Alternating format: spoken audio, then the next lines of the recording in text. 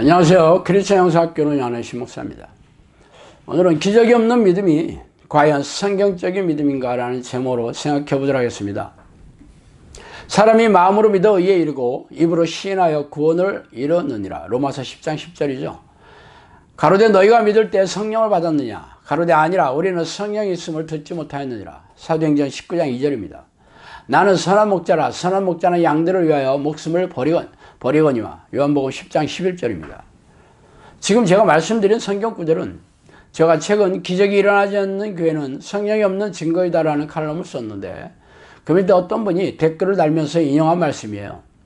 그러면서 십자가의 죽음으로 사랑하신 예수님의 마음을 가지라는 친절한 조언을 덧붙여 넣었더라고요. 이분의 뜻은 기적이 일어나지 않는 것에 연연하지 말고 믿음으로 구원을 받았다는 말씀을 굳게 믿어야 하며 믿음으로 성령을 받았다는 것도 신뢰해야 한다는 뜻임을 어렵지 않게 알 수 있었어요. 물론 제 주장도 다양한 성경 구절을 근거로 말하고 있으므로 저와 논쟁하여 자신의 주장을 입증시키는 것은 쉽지 않을 것입니다. 어쨌든 기적의 유무에 상관없이 예수님께서 우리를 위해 목숨을 바치실 정도로 사랑하셨으며 자신들도 예수님을 믿고 있는데 구원받지 못할 리가 있겠느냐는 확신이 깔려 있죠. 이분의 생각은 대부분의 우리네 교회의 생각과 일치할 것입니다. 그래서 성경에서 말하는 믿음에 대해 생각해 보고 싶어요. 이에 성경에 이른바 아브라함이 하나님을 믿음이 이것을 의로 여기셨다는 말씀이 이루어졌고 그는 하나님의 보치라 칭함을 받았나니. 야고보서 2장 23절이죠. 아브라함이 하나님을 믿어서 의롭다함을 받았으며 하나님의 친구라는 영광스러운 칭찬까지 들었습니다. 아브라함 시대에는 성경도 없었고 그는 예수 그리스도에 대해 아는 바도 없었어요. 그에 비하면 당신은 아브라함보다도 성경이 기록된 하나님에 대해 지식도 훨씬 많고 예수 그리스도의 보혈의 공로까지 덧입게 되어 있으므로 아브라함과 비교할 수 없을 정도로 믿음이 탁월하다고 생각하는 게 무리한 주장입니까? 거기까지 아니더라도 적어도 아브라함과 동일한 믿음으로 간주하는 것이 타당하지 않겠어요?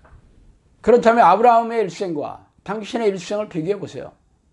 아브라함은 하나님과 함께 하시는 놀라운 인생을 살았으며 믿음의 조상이라는 영광스러운 훈장으로 후세에 기감이 되고 있어요. 그러나 당신의 인생에서 하나님이 함께 하시는 증거나 변화, 능력과 열매가 얼마나 있습니까? 성경의 외인들은 자신의 믿음을 놀라운 기적과 이적으로 전능하신 하나님의 존재감을 드러내면서 증명하였어요.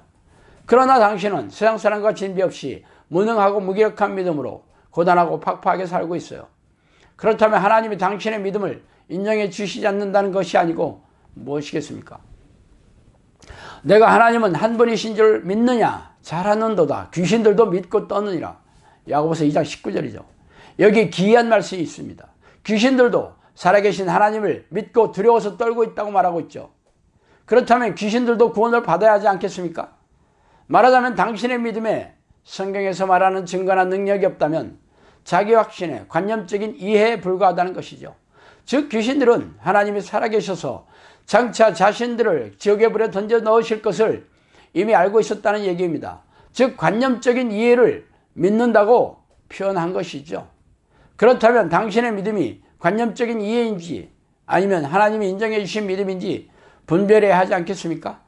가령 내가 의인에게 말하기를 너는 살리라 했다 하자 그가 그 공의를 스스로 믿고 죄악을 행하면 그 모든 의로운 행위가 하나도 기억되지 아니하리니 그가 그 지은 죄악으로 말미암아 곧 그 안에서 죽으리라.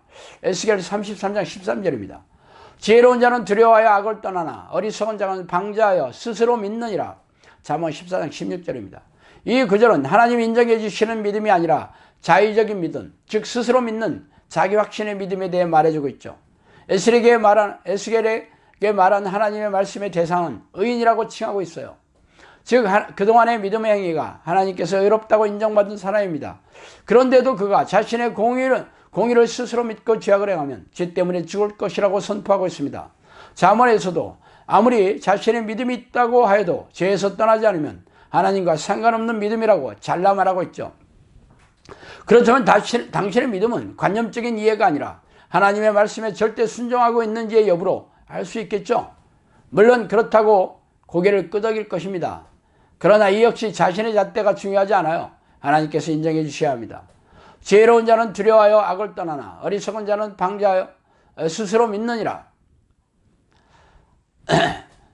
믿는 자들에게 이러한 표적이 따르리니 곧 그들이 내 이름으로 귀신을 쫓아내며 쇠방언을 말하며 뱀을 집어올리며 무슨 독을 마실지라도 해를 받지 아니하며 병든 사람에게 손을 얹은 적이 나으니라. 너희가 겨자씨만한 믿음이 있다라면 놀라운 능력을 부어주시고 못할 것이 없다고까지 얘기하시죠. 즉 성경적인 믿음은 하나님이 부어주시는 놀라운 기적이나 표적, 기도응답으로 이어지는 능력으로 증명해야 한다고 말하고 있습니다. 그러나 우리네 교회는 자의적인 자기확신의 관념적인 이해를 성경적인 믿음이라고 가르치고 유통시키고 있죠. 성경은 하나님께서 믿음을 인정한 종들에게서 나타나는 기적과 이적으로 하나님의 살아계심을 증명하고 있습니다. 그러나 관념적인 이해를 믿음이라고 착각하는 대다수의 우리네 교인들은 성경 지식을 쌓아두고 종교적인 예배의식과 희생적인 신앙행위를 반복하고 있을 뿐입니다. 그리고 하나님이 드러내시는 기적과 이적에 대해 물타기를 애들로 덮어버리고 있죠.